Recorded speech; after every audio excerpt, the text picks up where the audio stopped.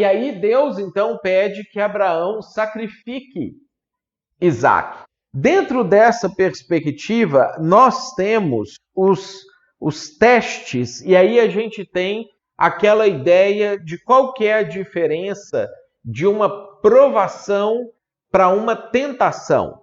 Na apostila de vocês, tem uma citação de uma passagem da Midrash judaica, desses dois textos aqui, que diz o seguinte, Deus não testa ninguém, somente o justo, como diz, o Senhor testa o justo. Essa passagem ela está num texto de estudo rabínico à parte, que não está na Bíblia, que foram os judeus que estavam analisando, testando isso aqui, que ele pega esse conceito aqui e mostra uma forma de Deus agir. Deus testa o justo. Que a gente vai ver o paralelo disso, abre comigo lá em Tiago, capítulo 1. Tiago, capítulo 1.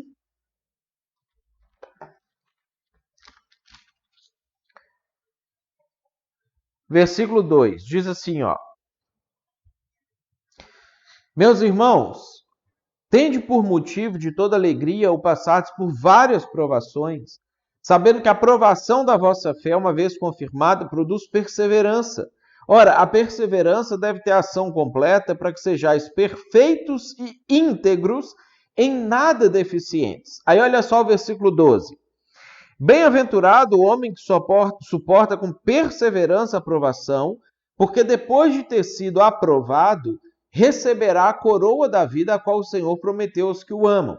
Ninguém ao ser tentado diga, sou tentado por Deus, porque Deus não pode ser tentado pelo mal e ele mesmo a ninguém tenta. Ao contrário, cada um é tentado pela sua própria cobiça, quando essa o atrai e seduz. E então a cobiça, depois de haver concebido, dá luz ao pecado, e o pecado, uma vez consumado, gera a morte. A Bíblia apresenta para nós uma grande diferença entre provação e tentação. E aí essa construção, ela vem desse texto de Abraão, dessa construção rabínica e, consequentemente, Tiago, que tinha acesso a isso, ele desenvolve ou conclui, vamos dizer, essa doutrina para nos mostrar a diferença.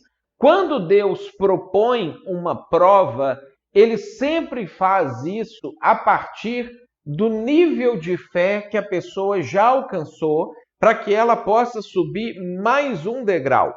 Nenhuma provação de Deus resulta em pecado se a pessoa falhar. Diferente da tentação, que não serve para aperfeiçoar a gente, mas serve para derrubar a gente.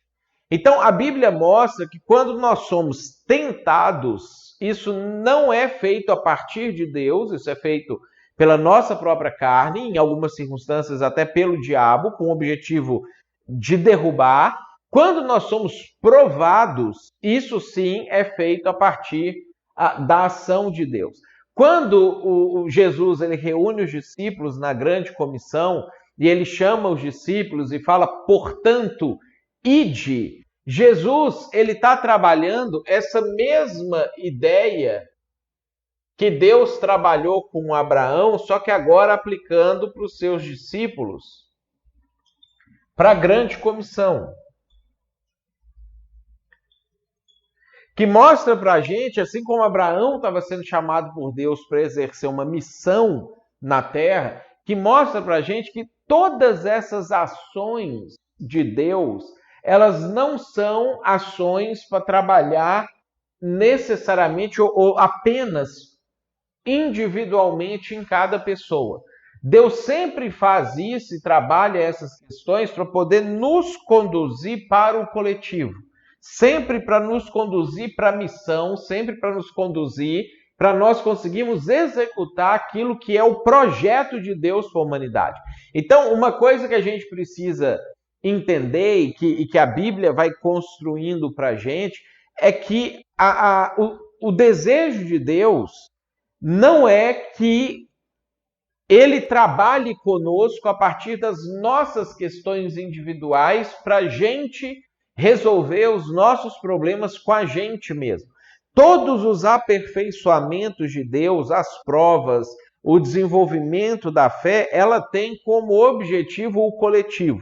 Ela tem como objetivo fazer com que a gente consiga entender o que Deus está fazendo no mundo, o que é que ele tem de espaço para mim naquilo que ele está fazendo no mundo e como que eu posso me tornar, nos dizeres de Tiago, perfeito e íntegro, ou seja, exatamente encaixável naquilo que ele está fazendo no mundo, para que então eu possa contribuir com a missão dele e com aquilo que ele está fazendo. Então, toda essa construção que a gente vai ter com Abraão, ela começa com Abraão saindo da casa dos seus pais e ela conclui com Abraão tendo que lidar com um filho. Então, você vai ver que isso aqui é uma transição de Abraão filho para Abraão pai, de Abraão deixando uma geração e agora Abraão legando uma geração, mostrando que todo o nosso contexto de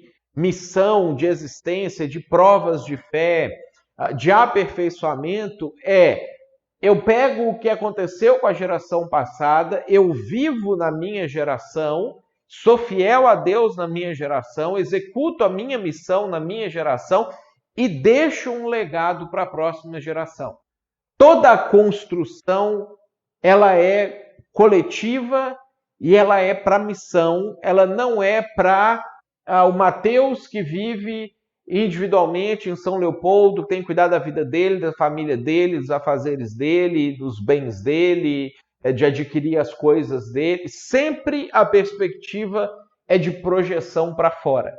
Sai e vai, você sai do seu e você se lança. Então, toda a Bíblia, ela vai ser construída, de agora em diante, ela vai ser construída nessa perspectiva. Porque a gente tem que lembrar que Deus não está aperfeiçoando a fé de Abraão somente. Deus está construindo um povo que vai alcançar todos os povos. Deu para entender isso aqui? Deu para pegar essa ideia? Então, esse conceito vai permear, também vai permear o resto da Bíblia. E se você gostou dessa resposta e quiser estudar com a gente, acessa aqui embaixo o link para você poder estudar junto com a gente, fazer o nosso seminário. Vai ser um prazer ter você junto com a gente.